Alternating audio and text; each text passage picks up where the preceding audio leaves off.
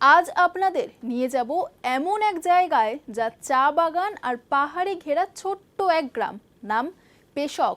দার্জিলিং থেকে মাত্র 24 কিলোমিটার দূরে অবস্থিত এই ছোট্ট পাহাড়ি গ্রামটি এখনো পর্যটকদের ভিড় থেকে অনেকটাই দূরে। তাহলে চলুন দেখে নেই কেমন সেই ছোট্ট গ্রাম। দার্জিলিং মানেই পাহাড়, চা বাগান আর কুয়াশা। কিন্তু ভিড় এড়িয়ে যদি একটু নির্জন, শান্ত আর প্রকৃতির কাছাকাছি কোথাও যেতে চান, তাহলে পেশক আপনার জন্য একদম উপযুক্ত গন্তব্য। দার্জিলিং থেকে মাত্র 24 কিলোমিটার দূরে অবস্থিত এই ছোট্ট পাহাড়ি গ্রামটি এখনও পর্যটকদের ভিড় থেকে অনেকটাই দূরে।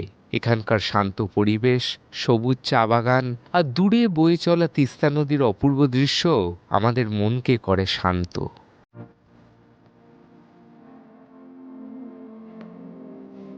কেন যাবেন? পেশক মূলত তাদের জন্য যারা শহরের কোলাহল থেকে দূরে গিয়ে প্রকৃতির সঙ্গে সময় কাটাতে চান। এখানে নেই কোনো অতিরিক্ত ভিড় বা শব্দ, বরং রয়েছে পাখির ডাক, ঠান্ডা হাওয়া আর পাহাড়ের নীরবতা। যারা ট্রেকিং, ফটোগ্রাফি বা নেচার ওয়াক পছন্দ করেন, তাদের জন্য এই জায়গাটি একেবারে স্বর্গের মতো।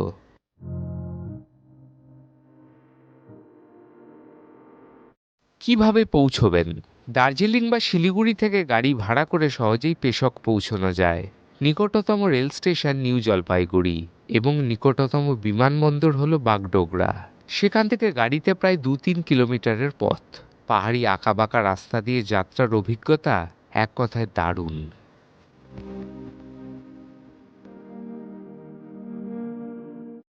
কি দেখবেন? পেশকের প্রধান আকর্ষণ তার চা বাগান। সবুজে মোড়া বিস্তীর্ণ চা বাগানের মাঝে হাঁটতে হাঁটতে আপনি প্রকৃতির এক অন্যরকম সৌন্দর্য অনুভব করবেন। এছাড়াও এখান থেকে তিস্তা নদীর মনোরম ভিউ অসাধারণ। সূর্যোদয় এবং সূর্যাস্তের সময় পাহাড়ের রং বদলের দৃশ্য এক কথায় চোখে পড়ার মতো। আশেপাশের ছোট ছোট গ্রাম, জঙ্গল এবং পাহাড়ি পথ আপনাকে এক অন্য অভিজ্ঞতা দেবে।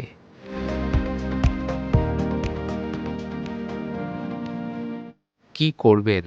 পেশকে এসে আপনি নেচার ওয়াক, ট্রেকিং বা শুধু বসে থেকে প্রকৃতির সৌন্দর্য উপভোগ করতে পারেন। ফটোগ্রাফির জন্য এ এক দারুণ জায়গা।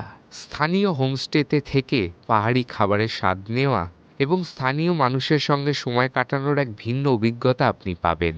তাহলে আর দেরি কেন? এই কয়েকটা দিন গরমে ঘুরে আসুন দার্জিলিংয়ের পেশক থেকে। দেখুন এই সময়ের তথ্য ও চিত্র প্রতিদিন রাত 9টায় ও সকাল 8টায় শুধুমাত্র চ্যানেল ওয়ানে।